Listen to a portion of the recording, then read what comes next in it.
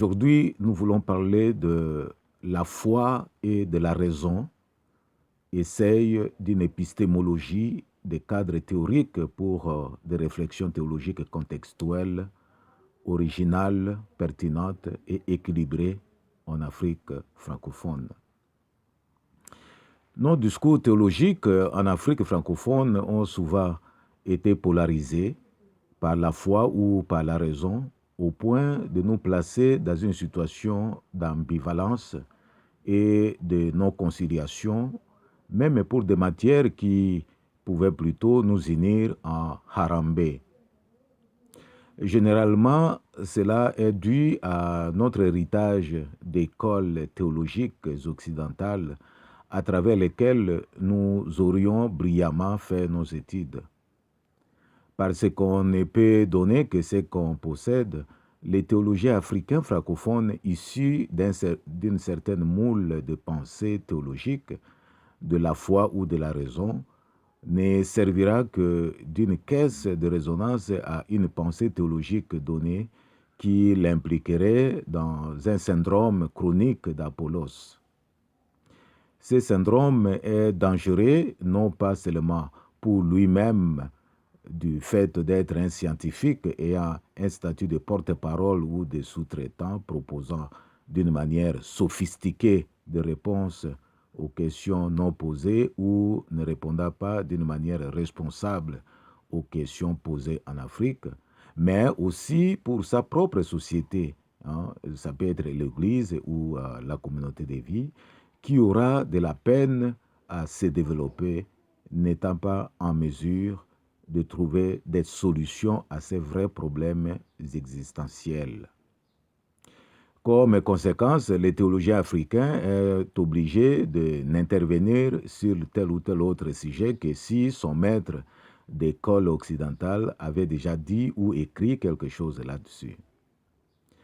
L'habitude scientifique du théologien africain francophone est ainsi intrinsèquement liée à un certain académisme hérité, les poussant à sombrer dans une litanie de citations du maître occidental.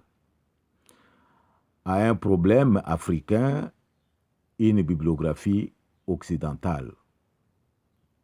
Du coup, pour répondre aux questions posées en Afrique par les Africains pour les besoins de la vie en contexte africain, les théologiens africains se voient obligés de ne recourir qu'aux cadres théoriques et conceptuels élaborés dans des contextes pourtant essentiellement différents du sien. Les théologiens africains deviennent ainsi un simple perroquet et succombent au piège de l'imbécilisation selon les termes forts des Kamana. Le besoin d'une décolonisation de la pensée théologique devient aujourd'hui un passage obligé. Mais par où commencer? L'objectif de la présente réflexion est de tenter une épistémologie des cadres théoriques devant servir de guide de recherche scientifique conduisant à la formulation des discours théologiques véritablement contextuels qui soient à la fois originaux, pertinents et équilibrés. En termes simples, il s'agit d'indiquer ici ce qu'il faudrait faire pour élaborer son propre cadre théorique correspondant à un problème en présence, de sorte que notre discours théologique ne se réduise pas seulement en un exercice conduisant à obtenir la réponse à une question de la recherche, mais plutôt à identifier et clarifier la solution à un problème existentiel.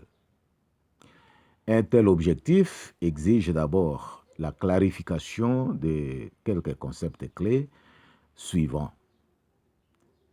1. De la foi et de la raison. 2. Cadre théorique. 3. Cadre conceptuel. 4. Originalité. 5. Pertinence. 6. Équilibre de pensée. 7. Résultats de recherche. 8. Solution au problème.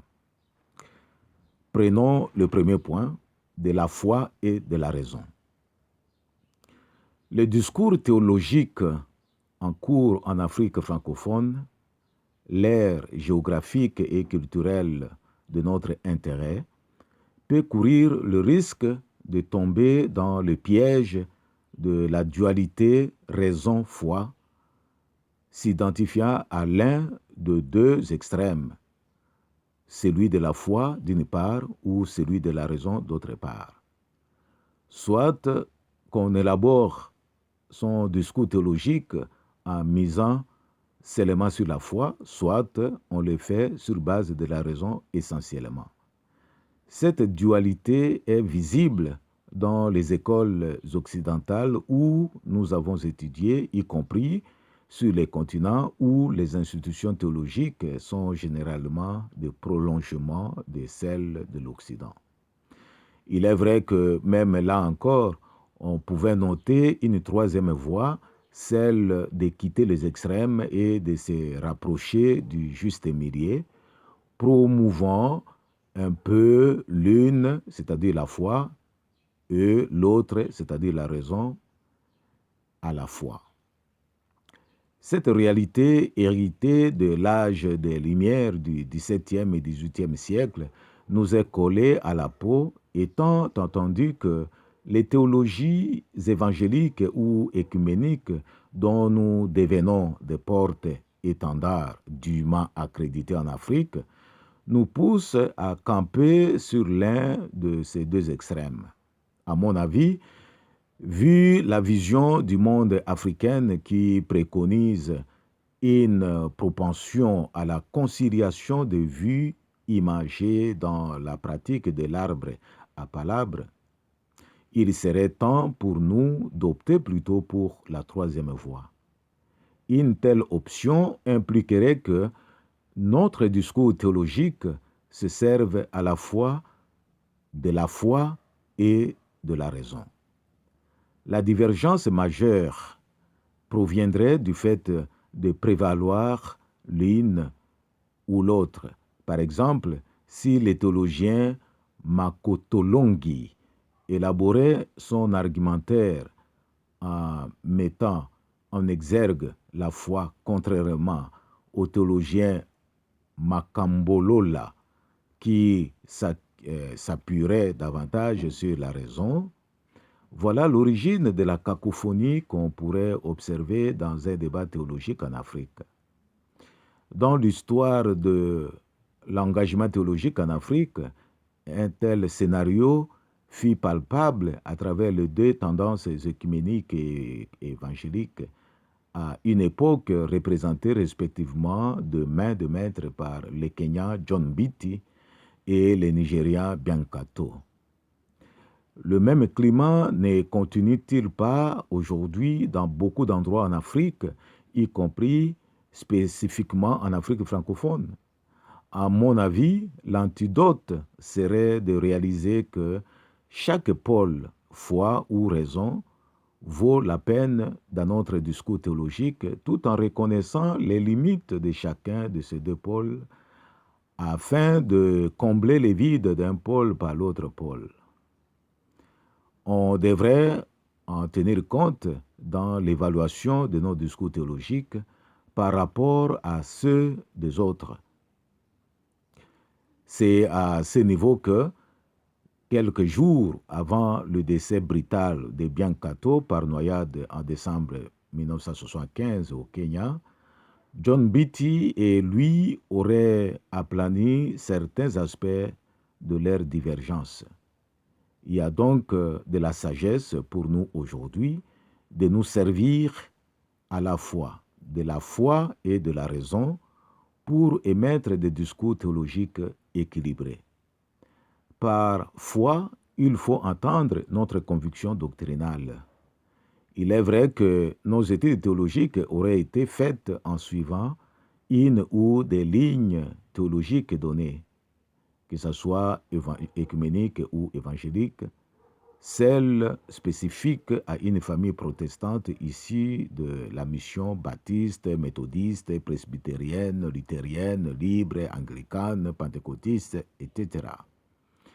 Sans une bonne dose de la raison, c'est-à-dire la reconnaissance de la vérité détenue par telle ou telle autre conviction doctrinale, notre discours théologique courait le risque de sombrer dans un simple fanatisme en rapport avec une position qui aurait déjà évolué dans les temps. Et cela devient tellement évident en Afrique où la réalité ecclésiologique n'est plus nécessairement celle de la photocopie, intentionnée par l'œuvre missionnaire du 19e et 20e siècle, mais plutôt celle de la photosynthèse, celle vécue aujourd'hui au quotidien dans nos églises.